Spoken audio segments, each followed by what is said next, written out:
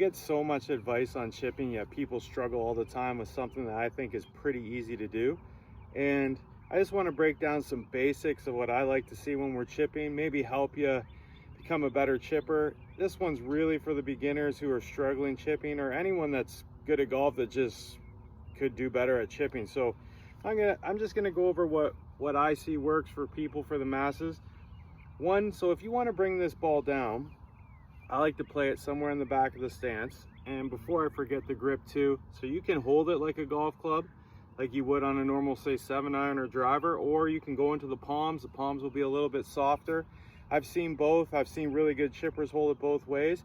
Kind of hold it how it's comfortable. It's not super important you have this like you're holding a driver or 7-iron. And then, like I was saying, so I move it back in my stance to bring it down. I typically like to see it back in the stance for most standard chips. It just gets a little bit more contact on the ball, a little bit more friction, because when we don't have club head speed, we have to get something else to get distance control. So it's good to have it back. You get a little bit more friction. The club's probably going to hit it on the way down slightly, because when we get it up, you'll see this a lot. People will think I got to get it high. They bring it up into their stance. So what happens? It hits this low point, see the lowest point of my arc.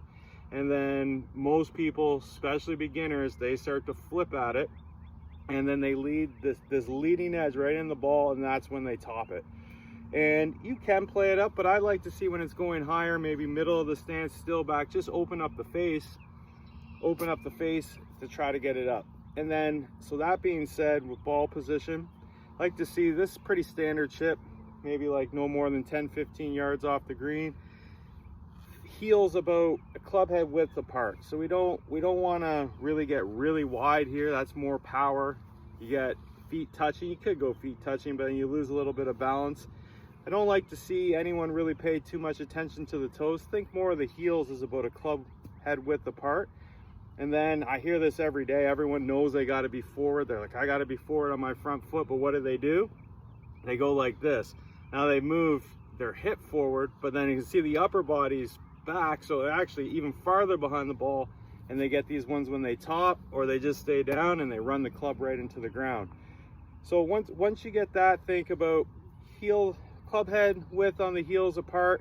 And now I want to think much more.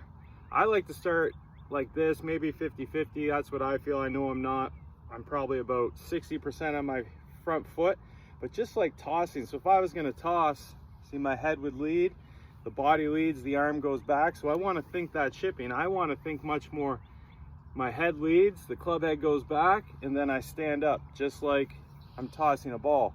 So if I have that feeling that my head leads, goes towards the target, club head goes back, and I'm going to go forward and up with the contact, takes a bit of timing. You'll probably notice if you pull that off, you're going to get really good contact on that ball. Just like that. It's pretty easy, and I always like to feel like my bottom hand is just tossing the club. But that being said, you don't want to like this. Like, no one really tosses a ball like this. If they have to get a little bit of distance, they don't just flick their wrist. You kind of leave your wrist pretty still and just release it. So you want to kind of minimize what's happening with your hands. And see, if I open up my hands here, then I am almost forced to want to lean forward as the club goes back to try to generate some momentum on that club, because I'm not going to have my hands involved. So you can hold it pretty loose and still not use your hands at the same time, or really minimize the hand motion when you're doing it. And then the tricky part I always see is people really struggle going forward and up. The forward part is going to collect the ball. The up part is taking your club out of the turf, because if I just go forward and just stay down, I'm going to run my club in the turf. I'm going to catch it fat, get way more than I want. You can still hit it okay, but it's always going to run way out on you. And then the other one is, if I just stay up and I don't go forward first, like down and up, I just stay up, that's where we get this one, when we clip the top of the ball. So I would strongly suggest you start practicing. I like to do it with one hand, where I always feel like my head leads. My head goes first, and I go forward and up.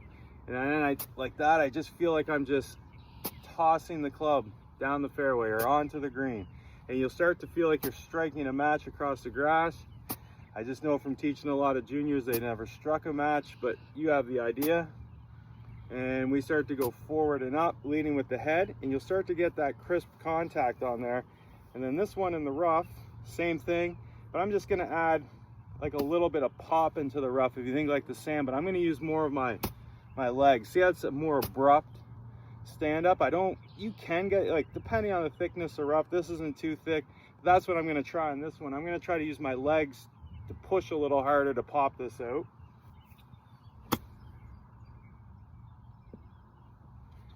That one came out pretty good. And in the fairway, I'm probably not gonna push so hard. I'm just gonna go forward and up.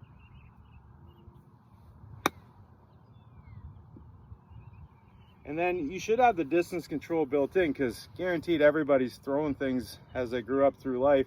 And you kind of just have the feeling you're tossing. You'll be amazed at your distance control if you think of it that way. This is a little harder, especially for beginners.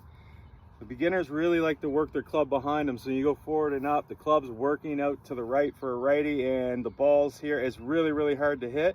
So you want to kind of think, if you think your club head stays outside of your hands on this side of the hands, and then you go, it might feel at first like you're gonna pull it. I guarantee if you have that ball middle or back, you won't pull it, as long as you're leaving your hands pretty still and you're not turning this face down. So I want to kind of feel like I'm almost cutting across it. So I want to feel more like my club works this way and go forward and up. And then you'll get pretty good contact. You see, even though I cut across, that's pretty much into the middle right there. And this one's my 59. In the rough, I tend to use a 56. It helps pop the ball up for me anyways out of the rough. You can kind of see that last one didn't come out as good. I like to use my 59 in the short stuff into the fairway. Tends to get a little bit more bite on it. And give those a try, but keep it real simple. Think that you're just tossing, and when you start to toss, you'll notice that your head leads and you go forward and up to toss anything. And then when you're starting to chip, start to feel like you're going forward and up. And then just one more thing crossed my mind is, the other thing I see amateurs do a lot of is they drive this back leg in. So what happens when we drive that back leg in? We are getting closer to the ground, closer to the earth.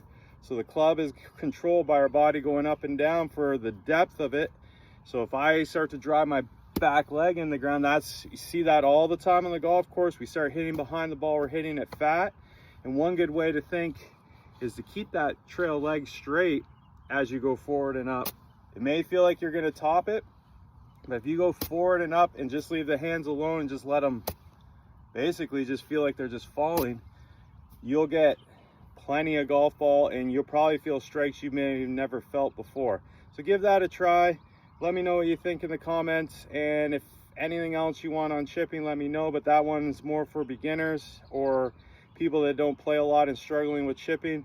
Try those basics right there and see how it goes, but don't just try one, try a bunch. It's uncomfortable at first when the ball's back and you're going forward.